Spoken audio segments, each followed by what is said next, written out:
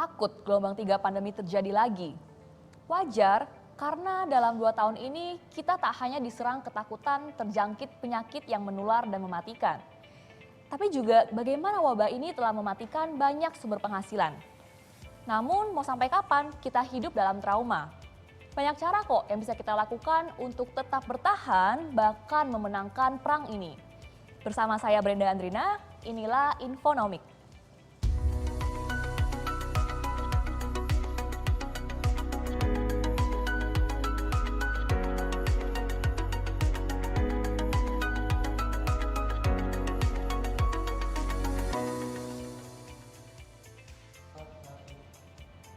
Untuk pertanyaan pertama, yuk kita simak video call dari teman kita.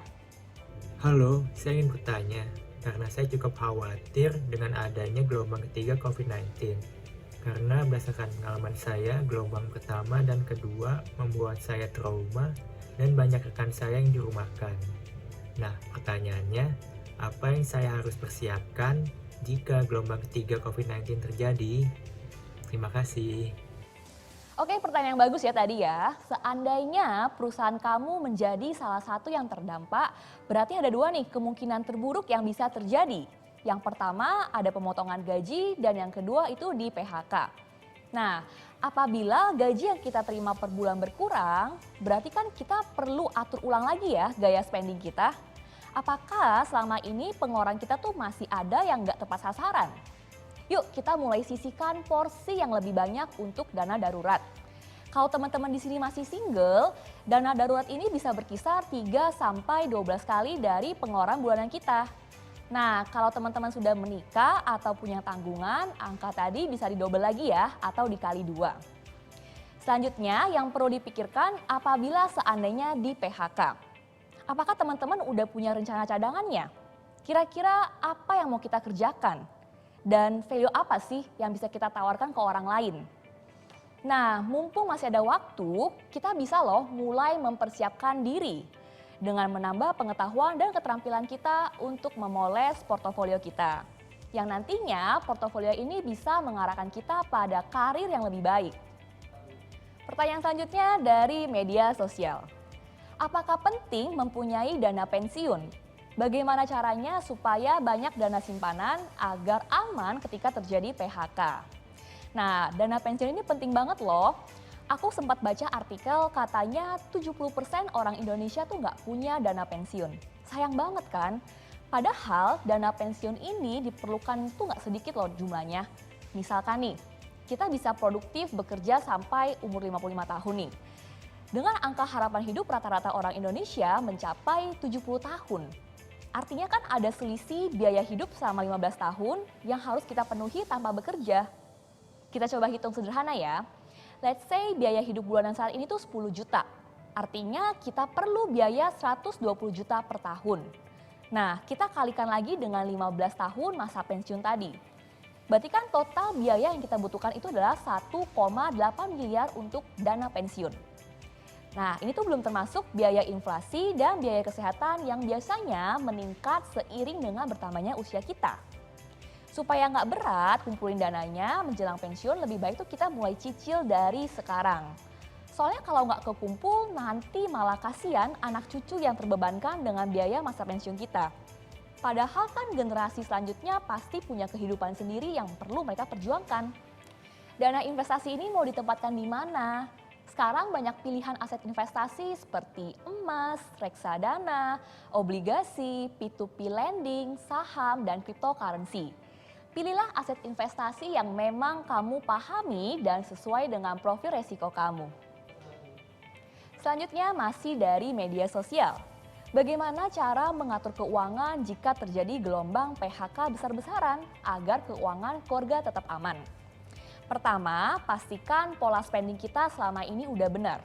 Artinya pendapatan kita lebih besar dari pengeluaran. Teman-teman di sini bisa membuat budgeting tiap bulan untuk tracking kemana sih selama ini pengeluaran kita. Nanti bakal kelihatan tuh yang paling boros di mana. Untuk hal-hal yang bukan prioritas bisa dipotong spendingnya dan dialihkan ke pos tabungan. Selain itu, teman-teman bisa alokasikan budget untuk setiap kebutuhan. Misalkan nih, ada pos untuk makanan. Nah, biar hemat, bisa pertimbangkan untuk memasak sendiri dan membawa bekal dari rumah. Gak cuma lebih hemat, tapi kita bisa mengontrol juga gizi dari makanan yang kita konsumsi. Teman-teman bisa pakai alokasi 50/30/20 untuk memulai budgeting ini. Di mana 50% untuk kebutuhan sandang, pangan, papan, dan untuk transportasi. 30% untuk keinginan termasuk diantaranya biaya pendidikan untuk mengembangkan diri. Dan sisanya 20% untuk investasi.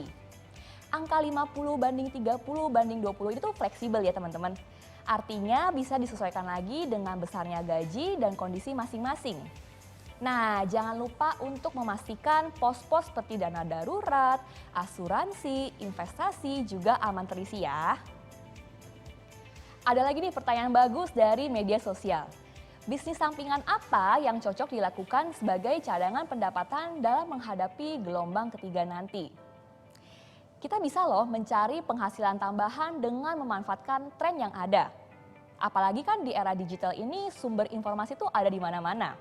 Bisa coba mulai berjualan online dengan sistem dropship atau kita juga bisa ngerjain project-project freelance. Teman-teman di sini juga bisa melakukan personal branding di media sosial untuk membantumu mendapatkan pekerjaan. Anggaplah media sosial itu sebagai portofolio terbuka kita di mana kita tuh bisa bebas berkreasi dan berkarya.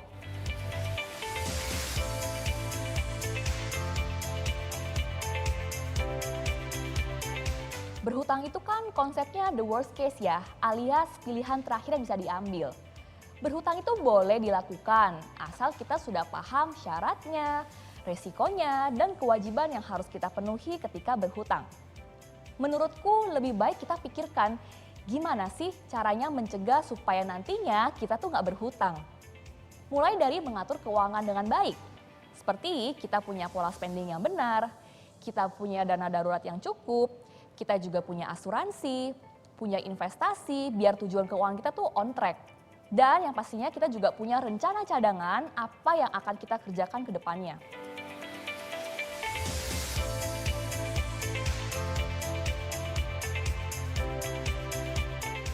Terima kasih buat pertanyaannya. Alangkah lebih baik pos budget untuk kesehatan itu selalu ada ya. Artinya mau itu dalam kondisi pandemi atau bukan pandemi tetap ada. Pos kesehatan itu bisa berupa biaya pencegahan atau biaya pengobatan. Kalau kita ngomongin biaya pencegahan itu seperti budget untuk olahraga, beli vitamin dan suplemen, atau bayar PCR dan antigen. Biasanya biaya pengobatan itu pertama kali kita ambil dari pos dana darurat. Tapi kan porsi dana darurat ini tuh kan cuma terbatas ya. Karena ibaratnya dana darurat tadi tuh kita harus bagi lagi dengan kebutuhan lainnya. Sedangkan biaya pengobatan yang harus kita bayar tuh kadang-kadang nominalnya cukup besar dan melebihi pos dana darurat kita. Solusi yang bisa kita lakukan adalah punya pos khusus untuk asuransi. Beberapa kantor tuh udah memberikan benefit asuransi kesehatan pada karyawannya. Buat teman-teman yang belum punya, bisa juga mempertimbangkan sisihkan 5% dari gaji untuk membayar premi asuransi. Zaman sekarang tuh banyak jenis dan fitur asuransi yang udah ditawarkan. Dan bisa dibeli dengan mudah lewat smartphone kita. Pilihlah produk yang memang sesuai dengan kebutuhan teman-teman dan kesanggupan teman-teman dalam membayar preminya. Halo Brenda, aku mau nanya ya. Kan gini nih, beberapa waktu yang lalu tuh ada selebritas yang komplain tentang klaim asuransi yang didapatnya. Saya jadi kepikiran nih, sebenarnya seperti apa sih cara memilih asuransi? Terus gimana caranya supaya kita nih nggak merasa tertipu dengan asuransi? Soalnya kan sayang banget ya, sudah bayar premi mahal-mahal, yang didapat tidak sesuai dengan yang diharapkan. Ini pertanyaan yang bagus ya, karena banyak terjadi kasus serupa di Indonesia. Konsep membeli asuransi itu harus sesuai dengan kebutuhan dan kemampuan membayar kita. Misalkan nih dari sisi kebutuhan, kan ada beberapa ya jenis asuransi, seperti ada asuransi kesehatan, asuransi sakit kritis, dan asuransi jiwa.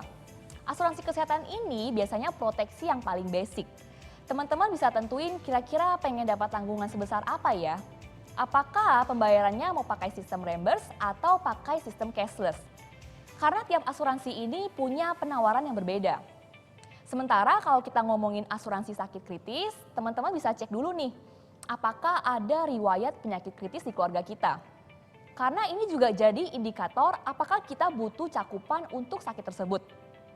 Kalau teman-teman punya tanggungan keluarga seperti punya anak, bisa juga mempertimbangkan untuk punya asuransi jiwa.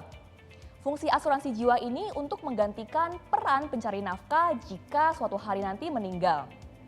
Pastikan juga teman-teman mempelajari kondisi-kondisi yang dikecualikan yang tertera dalam polis. Misalkan nih, ada pasal pre-existing condition, di mana biasanya manfaat asuransi ini tuh nggak berlaku untuk penyakit yang sudah ada sebelumnya. Teman-teman juga perlu untuk membandingkan paling tidak 1 atau 2 lah ya produk terlebih dahulu agar kita bisa membeli yang terbaik. Bisa bandingkan dari sisi jangkauan perlindungan, bisa bandingkan juga dari sisi besar premi yang kita bayarkan, dan juga rekam jejak penyedia asuransi. Apakah punya reputasi yang bagus dan pengalaman yang cukup panjang. Nah, penting juga nih untuk teman-teman mastiin kalau nantinya dalam proses klaim itu kita benar-benar udah ngumpulin data-data yang komplit. Seperti kita udah mengisi kronologis, terus juga kita bisa memaparkan juga dokumen tindakan rumah sakit dan dokumen pendukung lainnya. Takut gelombang ketiga terjadi dan takut ekonomi kembali terpuruk itu wajar. Tapi kita bisa kok mempersiapkan berbagai hal agar keuangan kita aman dalam kondisi darurat. Syaratnya punya dana darurat yang cukup, kita persiapkan asuransi dan investasi yang akan membantu kita dalam mencapai tujuan keuangan kita. Terima kasih teman-teman yang udah menyaksikan Infonomik. Jangan lupa untuk saksikan Infonomik setiap hari Rabunya. Saya Brenda Andrina pamit undur diri. Bye-bye.